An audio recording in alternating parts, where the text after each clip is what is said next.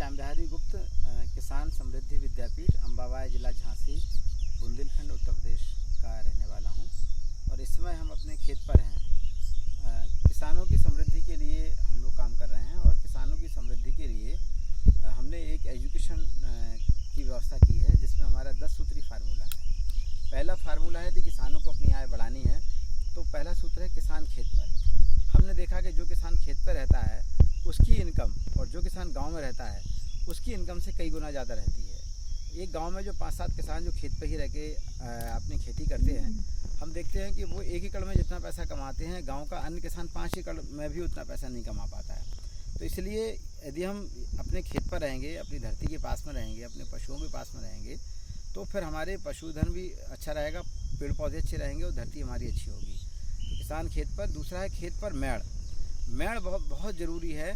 देखिए बुंदेलखंड में तो पानी की बड़ी समस्या है, लेकिन पूरे देश के लिए मेरा ये कहना है कि मिट्टी जो है जब पानी बरसता है तो मिट्टी पानी के साथ बह के चली जाती है और मिट्टी की जो मलाई है वो बह के चल जाती है, जो मिट्टी की असली उर्वरकता होती है। तो इसलिए खेत पर मेड़ होना चाहिए और मेड़ पर पेड़ तथा 30-30 फुट पर फलदार पेड़। मेड़ पर पेड़ यदि रहेंगे तो मेड़ की इनकम खेत की इनकम से ज़्यादा हो जाती है और 30-30 फुट पर फलदार पेड़ का मतलब होता है कि 1 एकड़ में 43,560 स्क्वायर फीट होते हैं तो 1 एकड़ में लगभग 48 पौधे आ जाते हैं। तो एक पौधा साल भर में लगभग 1,000 रुपये की आय देता है और यदि 48 पौधे यदि 1 एकड़ में लगे हैं तो 48,000 रुपये आय तो उसकी केवल खेतों से हो जाएगी, पेड़ों से हो जाएगी खेत में उसके। जबकि आज जो औसतन किसान की जो इनकम है वो 1 एकड़ में लगभग 20 से 30,000 रुपये कमाता है, जबकि 1 एकड़ में केवल 48,000 यदि पौधों से हो गई है और 48,000 पौधों के जो बीच में जो इंटीग्रेटेड फार्मिंग हो गई है जिसमें हल्दी है, अदरक है, धनिया है, सब्जियां हैं, उसमें जो है तरह तरह की जड़ी बूटियां पैदा कर सकता है, फिर उसमें कई तरह के दलहन तिलहन अनाज पैदा कर सकता है। तो हमारा टारगेट है 5 लेयर नेचुरल फार्मिंग, पंचस्तरीय प्राकृतिक खेती। तो किसान खेत पर मेड़ पर पेड़, 30-30 फुट पर फलदार पेड़। और अगला है गौपालन, गौमूत्र संचय, बायोगैस संयंत्र तथा वानस्पतिक अवशेष प्रबंधन। जो गौवंश है, पशुधन है, उसकी दूध की इकोनॉमी से ज़्यादा मजबूत इकोनॉमी उसके मूत्र और गोबर की है। हमने 2006 में जब पहली गाय रखी थी तब मैंने बायोगैस बना लिया था और गाय के नीचे ऐसा पक्का बना था जिससे पूरा हमारा मूत्र इकट्ठा हो जाता है। उस मूत्र से गोबर गैस की स्लरी के आधार पर ही हमारी पूरी खेती है और स्लरी को हम पानी के साथ बहा देते हैं, उसका हम जीवामृत भी बना लेते हैं, हम घन जीवामृत भी बना लेते हैं।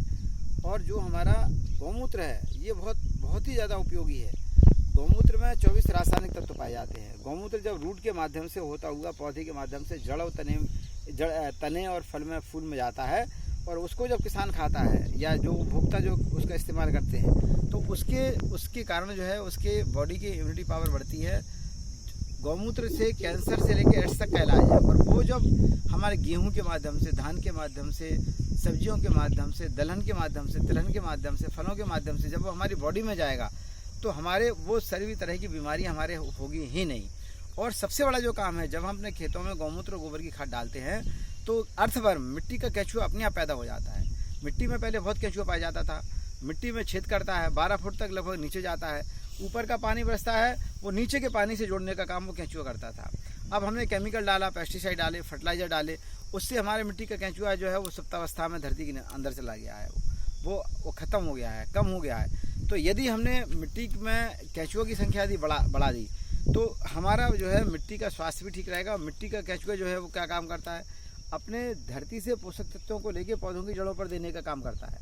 तो हमारी फ्री की जुताई, फ्री की बखराई, फ्री का वाटर हार्वेस्टिंग का काम ये हमारा जो करता है वो केंचुआ करता है। तो हमें अपने एक केंचुए को फिर से अब संभालना है और मिट्टी में हमने गौमूत्र और गोबर की खाद, जीवामृत और घन जीवामृत डाल के हमें अर्थवर्म को फिर से डेवलप करना है। अगला है सह फसलों पर आधारित प्राकृतिक खेती, जड़ी बूटी उत्पादन, इंटीग्रेटेड नेचुरल फार्मिंग सिस्टम। साल भर में किसानों को 100 तरह की चीज़ें पैदा करना चाहिए। अपना पूरा तिलहन है, अपना दलहन है, अपना अनाज है, अपनी फल है, अपनी सब्जियां। और एक नारा है हमारा, किसान का गांव का पैसा गांव में, गांव का पैसा शहर में नहीं बल्कि शहर का पैसा गांव में। इस पैटर्न पे होगा तो गांव में किसान की जेब खाली कम से कम होगी। तो किसान जो है अपने इंटीग्रेटेड फार्मिंग के माध्यम से 1 एकड़ में 5 लाख रुपए इससे ज़्यादा भी कमा सकता है। और ये बहुत ही सरल विधि है। कृषि जो है एक दूसरे की पूरक होती है। गेहूं के साथ में जब हम चना, जौ, अलसी, सरसों पैदा करते हैं तो वो जो जड़ें हैं वो एक दूसरे में परस्पर पूरकता का काम करती हैं। तो तो और एक दूसरे को नाइट्रोजन फिक्सेशन का काम करती हैं। यदि द्विदलीय पैदा की तो उसने नाइट्रोजन देने का काम किया जड़ों ने, और एक दली को नाइट्रोजन की आवश्यकता होती है, तो एक दूसरे के पूरक ये हम इसके माध्यम से हो जाते हैं। अगला है कृषि उत्पादों का प्रसंस्करण, पैकेजिंग, भंडारण एवं मार्केटिंग। जो किसान माल पैदा कर रहा है वो मंडी में ना जा पाए और उसकी प्रोसेसिंग पैकेजिंग गांव में होने लगेगी, तो केवल प्रोसेसिंग पैकेजिंग मात्र होने से किसान की इनकम दोगुनी तीनगुनी हो जाएगी। तो हमारा एक तरफ ऑर्गेनिक फूड होगा, नेचुरल फूड होगा, गौ आधारित खेती से हमारा खाद्यान्न पैदा होगा, उससे जो पैदा निकल के आएगा उसकी हम प्रोसेसिंग पैकेजिंग करके हम किसान का उत्पाद सीधे उपभोक्ताओं के द्वार ले जाने के लिए हमने एक ऐसा चैनल हम डेवलप कर रहे हैं जिसमें हम किसानों के उत्पादों को सीधे उपभोक्ताओं को, बीच में कोई इसमें मिडिलमैन नहीं है। अगला है ग्राम बीज बैंक की स्थापना। ये सीड बैंक ये बहुत ज़्यादा ज़रूरी है, क्योंकि आने वाले समय में देश के अंदर कोई बड़ा संकट आने वाला है तो सीड का आने वाला है। तो सीड जो है और देसी जो बीज होते हैं जो बहुत ही उच्च क्वालिटी के होते हैं, तो हमने बीज का हमें संरक्षण करना है, बीजों को डेवलप करना है। बीजों को तैयार करने की एक विधि होती है, उसका एक विज्ञान है, कैसे हम अच्छे से अच्छे तंदुरुस्त और अच्छे बीजों को, अच्छे पौधों को हम सुरक्षित करें, उनका बीज हम निकालें, उनका फिर हम उपयोग करें। अगला है cattle food security must then food security. ये पशुओं के लिए चारा ये ज़्यादा आवश्यक है। कैटल मतलब मनुष्यों की जो फूड सिक्योरिटी, मतलब जो हमने आज इस देश के अंदर गेहूं के गोडाउन भरे पड़े हैं, चने के धान के पड़े हुए हैं, चावल के, लेकिन अब पशुओं के लिए चारा ये बहुत ज़्यादा आवश्यक हो गया है। इतने तरह के हमारे पास चारे उपलब्ध हैं कि जिसमें हम 365 दिन हम अपने पशुओं को हरा चारा खिला सकते हैं। तो कैटल फूड सिक्योरिटी। अगला जो है हमारा वो है पंचगव्य उत्पाद, गौ आधारित उत्पाद जिसको हम कहते हैं, पंचगव्य उत्पाद कहते हैं। बैल ऊर्जा का तकनीकी विकास। तो ये बैल जो है ये हमारे लिए बहुत ही महत्वपूर्ण है। आज से 40 साल पहले घर घर में बैल हुआ करते थे। आज बैल का क्या हुआ, बैल जो है हमें सारे यंत्रों पर आधारित खेती हो रही है, बैल का हमारा महत्व कम हो गया। यदि अभी भी बहुत सारे बैल बचे हुए हैं, यदि हम बैल से खेती करने वाले किसानों को 2000 रुपये प्रति माह दे दें तो सरकार को फ़ायदा है, क्योंकि इन्वायरमेंट को प्रदूषित नहीं करता है बैल। और जो है जो ट्रैक्टर हैं और अन्य मशीनरी जो हमारा प्रदूषण का काम करती है। तो इस तरह से लास्ट में हमारा मधुमक्खी पालन। तो इस तरह से इन 10 बिंदुओं को लेते हुए हम काम कर रहे हैं, और किसानों की इससे डबल इनकम नहीं होगी, किसानों की इससे 5 गुनी और 10 गुनी आय होने की संभावना है। कोरोना के समय इस समय पूरे देश में सबसे बड़ी समस्या है वो है गरीबी, बीमारी, बेरोजगारी की। इस देश में किसान कर्ज बढ़ता जा रहा है। सरकार को बहुत ज़्यादा चिंता है। सरकार ने 2-2 हज़ार रुपये हर 4 महीने में किसानों के अकाउंट में डलवाना किसान सम्मान निधि से चालू किया है। तो हम कह रहे हैं कि किसान के अंदर आज इतनी क्षमता है, यदि वो धरती की क्षमता को समझ गया तो वो उसको 2000 रुपये साल भर का 6000 नहीं देना पड़ेगा। सरकार के बहुत बड़े धन की बचत होगी। 80,000 करोड़ रुपए जो फर्टिलाइजर कंपनियों को जो दिया जा रहा है सब्सिडी के लिए, वो हमारी पूरी बचत होने की हमारी पूरी प्रबल संभावना है। वो कब रुकेगा, जब ही होगा जब हमारे घर में गाय होगी, बायोगैस होगा, यूरिन कलेक्शन होगा, इंटीग्रेटेड फार्मिंग होगी। तो इस तरह से हमारा लास्ट में मधुमक्खी पालन और है।